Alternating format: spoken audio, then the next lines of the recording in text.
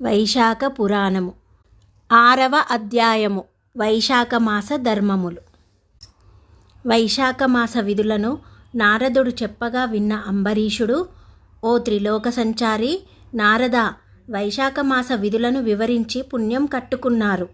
మరి ఈ వైశాఖ మాస ధర్మములను, ఈ మాసమునకు ఇంతటి ప్రాధాన్యత వచ్చిన కారణమును కూడా చెప్పి పుణ్యం కట్టుకోండి. సూక్ష్మంలో మోక్షాన్ని పొందగల ఈ వైశాఖ మాసము మహత్యమును కూడా వివరించవలసిందని అంబరీషుడు కోరగా నారదుడు ఇట్లు చెప్పుచున్నాడు.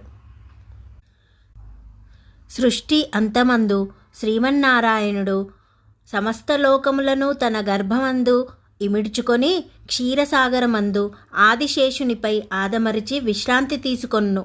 ఆ శ్రీమన్నారాయణ్ణి యోగమాయచే అతని నాభి నుండి ఒక బంగారు పద్మం వికసించును. ఆ పద్మమందు బ్రహ్మదేవుడు మొదట ఆవిర్భవించి వేదములు పఠిస్తూ ఆ శ్రీహరిని స్తుతించుతూ ఆదమరిచి విశ్రాంతి తీసుకుంటున్న ఆ సర్వజగత్రక్షకుని జాగ్రత్తపరుస్తాడు. తన గర్భమందు ఇమిడియున్న 7 ఊర్ధ్వలోకాలను 7 అధల్లోకాలను వెరసి మొత్తం 14 లోకాలను సృజిస్తాడు.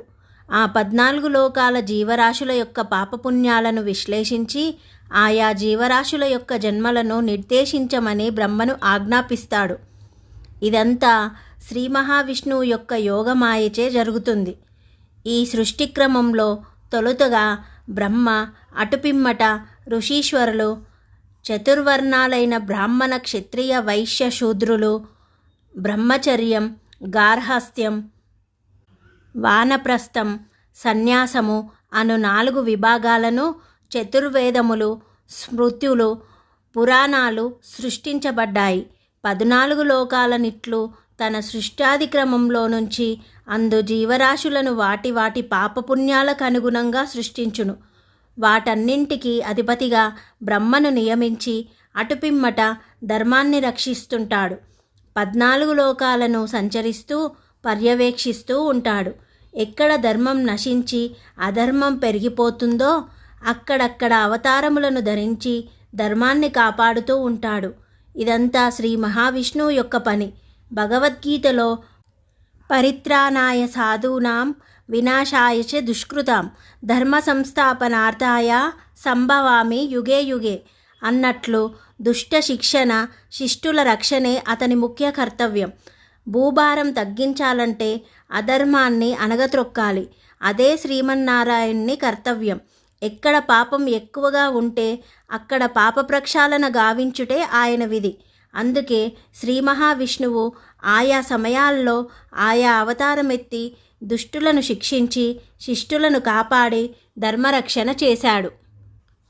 ప్రస్తుతానికి శ్రీ మహావిష్ణువు 10 ప్రధాన అవతారములెత్తాడని పురాణాలు చెబుతున్నాయి. అవే మత్స్య, కూర్మ, వరాహ, నరసింహ, వామన, పరశురామ, రామ, బలరామ, శ్రీకృష్ణ, కల్కి అవతారములు. శ్రీ మహావిష్ణువు ఈ సృష్టి క్రమంతో పాటు యుగములు, కాలములు, ఋతువులు కూడా నిర్ణయించాడు. అట్లే తనకు పూజలు ఏ ఏ ఋతువుల్లో ఏ ఏ కాలముల్లో చేయాలో కూడా తెలిపియున్నాడు. అట్లే ఆయనములను కూడా నిర్ణయించాడు. పుణ్యకాలమును ఉత్తరాయణమని, మిగిలిన కాలమును దక్షిణాయనమని నిర్ణయించాడు.